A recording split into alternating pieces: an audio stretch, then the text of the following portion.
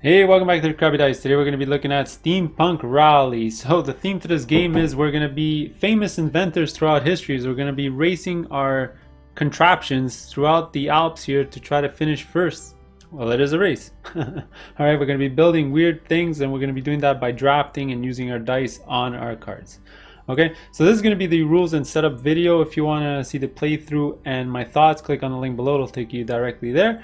And before we get started, please like, subscribe, and comment on my videos. That would be fantastic. Let's get started. Alright, the Steampunk Rally setup. So the first thing you want to do is set up your racetrack. Alright, so choose between the Alps side of the tiles or the Hoverdrome side of the tiles. Alright, whichever side you choose, the setup's the same way. You're going to have a start tile and two end tiles. You're going to shuffle all the other tiles together and pick exactly 3 and fill out the racetrack.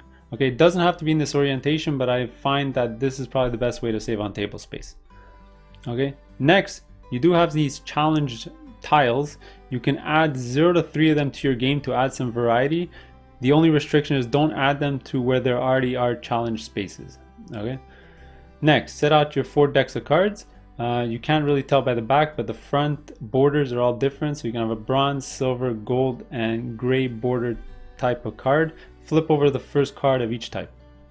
Put all your dice next to the board, put all your cogs next to the board. This is the draft direction tile. Place it between 2 players.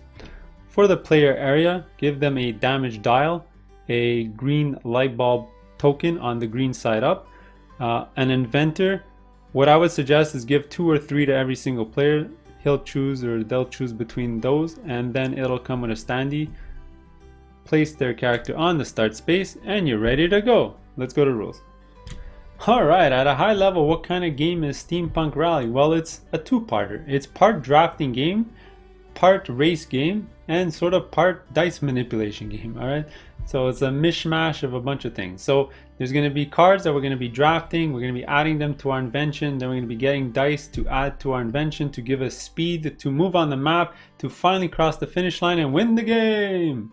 Alright, so how long does the game last? Well, technically it lasts until somebody crosses the finish line, but that won't trigger the end game. It's going to actually finish the turn after somebody crossed the finish line, right? So they might not win the game if they sputter out over here. Somebody might have overtake them during the last round of the game. So that's how the game ends, and that's how you figure out the winners, whoever's farthest at the end after that final round. Okay, now each round of Steampunk Rally is the exact same. You're going to do the same 4 steps. You're going to have a drafting phase, you're going to have a vent phase, you're going to have a race phase, which is moving your guy, and finally you're going to have a damage phase. Alright, you're going to do those 4 things every single turn. Now let's go into each of those phases in detail. Alright, the first phase of the game is the drafting phase. So you're going to start off by handing 1 of each type of card to every player. So you're going to have a hand of 1 of each type plus the boost card. Okay, so the way this phase works is each player is going to take 1 of their cards in their hand, play it face down, and when everyone's picked and everyone's ready, you're all going to reveal at the exact same time, and that's when you're going to make a decision about the card. Okay, then you're going to pass the rest of your hand to the next player in the draft sequence, so either clockwise or counterclockwise, and do the same thing for all 4 cards. So you'll get back a hand of 3, pick from the 3, all face down, reveal, pass it on, then pick from 2 and then 1, and that's it. Alright, once you've drafted all 4, that'll end this phase and you'll go on to the next phase. Okay, now I'm going to talk about these cards and why you might want to draft one over the other. So there's 2 types of cards. There's machine parts, which are the bronze, silver, and gold bordered cards. And then you have boost cards, which are these ones. I'll talk about boost cards first. If you want to keep a boost card, you have a couple of choices. You can discard it for 2 cogs or 1 of each type of dice. You got to choose one of any dice. Or if you do want to keep it for the ability, you're actually going to play it underneath your dial without showing anyone and reveal it when it's time to get revealed. Usually it's during a race or during the event phase. Alright, so that's a boost card. Now the machine cards all work a bit different. You can also discard it for the stuff on the top right. So when you reveal, you can discard this card to gain 2 cogs or 2 dice of the indicated color. Or you can build this card, which means adding it to your invention. Alright, before I show you how to build stuff to your invention, there's just some notes I have to make. Is that in this game, at any point, you can rearrange all the cards in your invention. Alright, so if I had built this in a previous round, I can sort of decide right now that I can move it down here instead. All the dice that were currently on a card always follow the card around. Alright. Also, during this phase, at any point, you can actually discard a card you had previously built if it doesn't jive with what you're trying to build. All the dice currently on the card also get discarded. Alright, so let's say I had previously built this, and then I had previously built this, but I don't want to use this wheel anymore, I can discard it. Alright, when discarding a card that way, you don't get the bonus in the top right. You only get this if you draft it and then discard it right away. Alright, so the rules for placement, pretty simple. First thing is you can never change the orientation of a card. So it has a name, make sure that you can read it. You can't flip it upside down or put it in sideways. And the second is you're going to look at the connectors. Alright, you basically just always have to connect back to your cockpit here. So as long as there's a connector, you can connect it. Alright, so for example, this needs a connector from the bottom, so I can't connect it here, but hey, look at that, I can connect it here. Alright. Both of these are wheels, so basically you would need this card as a connector to connect to the bottom because I wouldn't be able to connect it any other way. Alright, phase 2 is the vent phase, and the whole point of this phase is to remove dice from your card so you can activate the powers again. Alright, so the way this works is for every cog that you turn into the general supply, you can reduce one die by 1 or 2 pips, or 2 dice by 1 pip. Alright, so I can turn this into a 3 and this into a 1, or just remove this 2 or reduce this into a 2, for example. I could turn in 3 to remove a 6 entirely, or remove a 4 and a 2, just as an example. Alright, and that's how it works. You're going to use up cogs to reduce your die values, and once the die hits 0, it gets removed from your board so that in phase 3 you can add dice to reactivate the power. Now, just a general note, there are some boost cards that can only be played during this phase. Make sure to pay attention to that and only play it during this phase. If multiple players want to play a boost card, it actually gets played in turn order.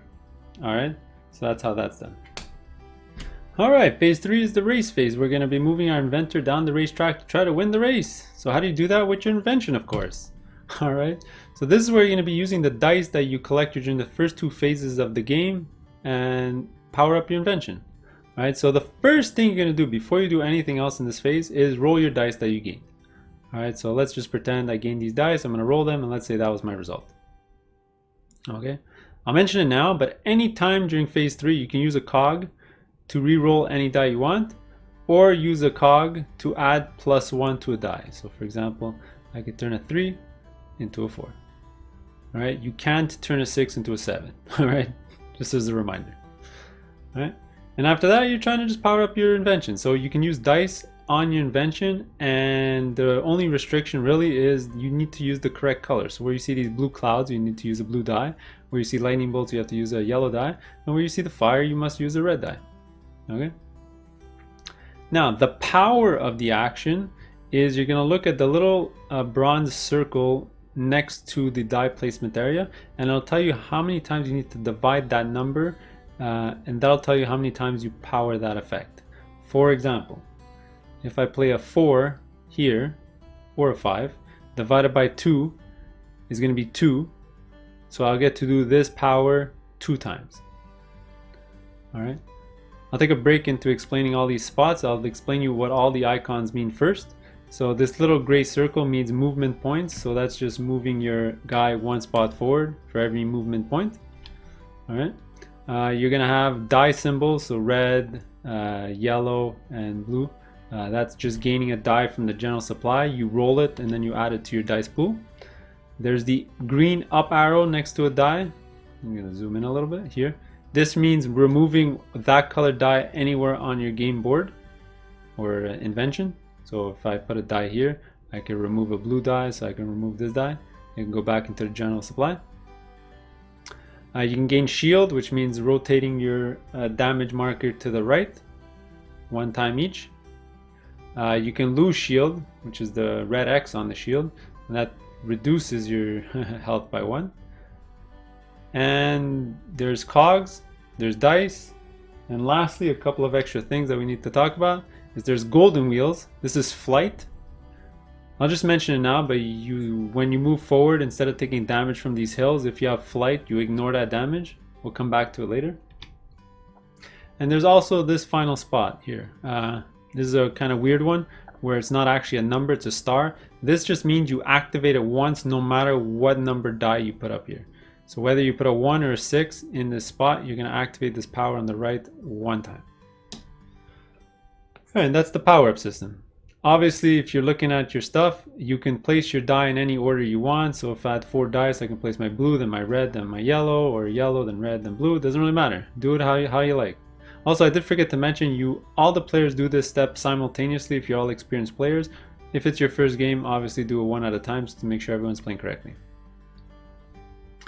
Okay, and just power up. So as long as you can meet the minimum requirement to get the power at least one time, you can place the die there. So for example, a 2, I can either re-roll it to try to get a 4, or I can spend 2 cogs to turn this 2 into a 4, and then play it over here to gain that benefit one time, because 4 divided by 4 is 1. I'll activate that one time. Now, I'm going to stress this right now. It's a very important rule. You don't need to play one die at a time if the spot has more than one available die space. Okay, so for example here, in this spot here, there's 4 available die spaces. That means I can play 1 die, 2 die, 3 die, or 4 die all at the same time to this space.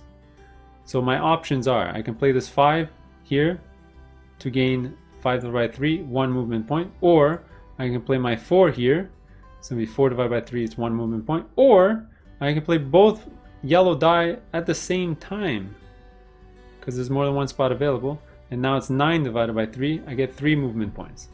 Alright, so you don't have to play one die at a time. Alright. Obviously, dice that are on your invention are blocking that spot, so I can't play a yellow die here because there's already a yellow die. I would have to vent it in the next round or use a special ability like removing dice to remove this die. Okay, and that's basically what you're doing. You're trying to gain benefits and moving your inventor, getting cogs, getting dice, so on, and moving yourself up. All right, the only extra thing you can do during phase 3 is activating your inventor. That's where you're going to have this light bulb. Everyone's going to activate it at least once per round. And essentially by flipping it over, it means you've activated your inventor and you're going to gain the benefit that's in the bronze rectangle here. So you're either going to get cogs, gain a health, or a die of that color. Okay.